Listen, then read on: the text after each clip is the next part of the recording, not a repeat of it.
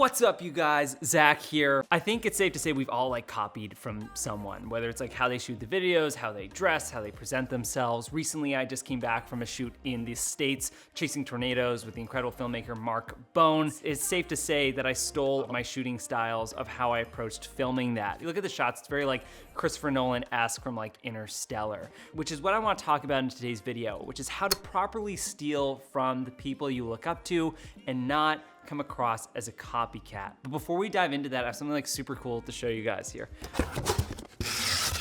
Woo, look at this, baby. Woo! This is the coolest thing I have ever unboxed. No joke, I'm not saying that for the sake of this video. Holy shit.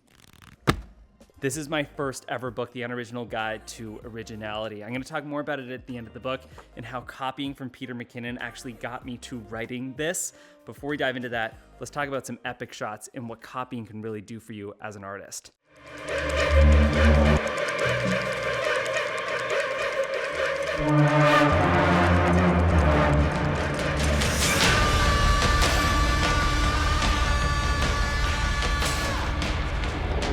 We have nailed it, man. Such a good 100% riding this story.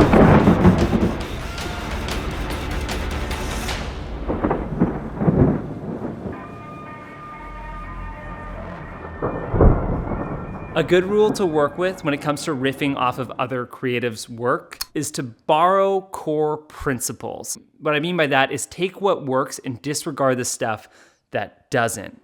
For example, when it comes to my shooting style, I like to use elements of films that I really like. Slow, smooth camera movement, shots that are locked onto a vehicle. My core principles for shooting would be camera movement and framing. I also, when I take it into the edit, would be sort of pacing and color grading. Those are the things that I like to riff off of other filmmakers like Denis Villeneuve or Christopher Nolan when it comes to Interstellar, and you can see that blending its way into the footage that I shot. When you borrow from core principles, you're giving yourself the opportunity to have your own influence in that, making it come across as conceptual theft as opposed to copying.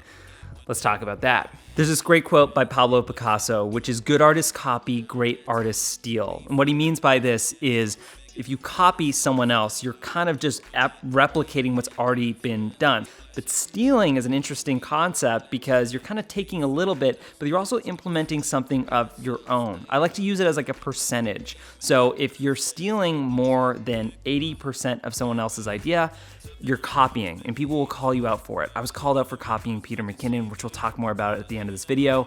But if you steal less than 80% and kind of in that 70% or lower mark, you have room to implement new ideas and new things, and so therefore people won't call you out.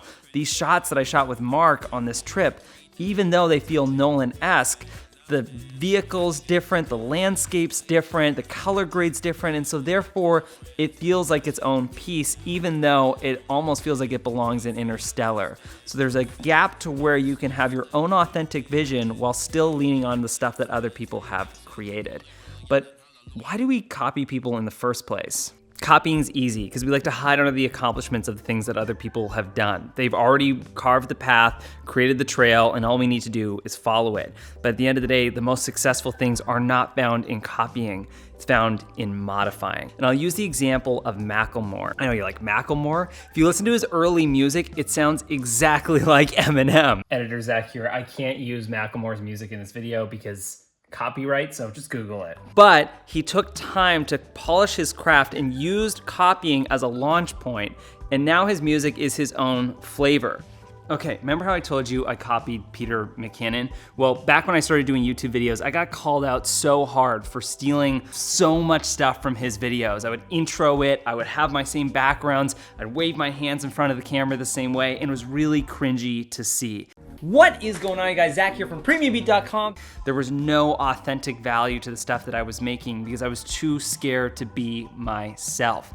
I went back to the drawing board, saw what Peter was doing that I really liked, and then I started implementing the craft of the other filmmakers that I admire, blending it together to make an influence cocktail. But there's one final element to this sort of blend that can make your stuff you, which is limitations.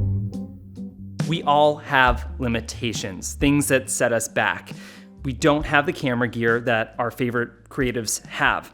shoot a sequence on an IMAX camera or their expensive SLR that your favorite influencer has, or with the lighting gear or the crew or the background or whatever you might not have, and that's okay. What you do have is your creativity, and creativity thrives on problem solving. Shooting this tornado documentary, I didn't have an IMAX camera to suction cup to the side of a car, but I had a gimbal and I had my camera and I had my creativity, and by blending those three things with the inspiration of some of my favorite filmmakers, we got like some of the coolest shots I think I've ever captured.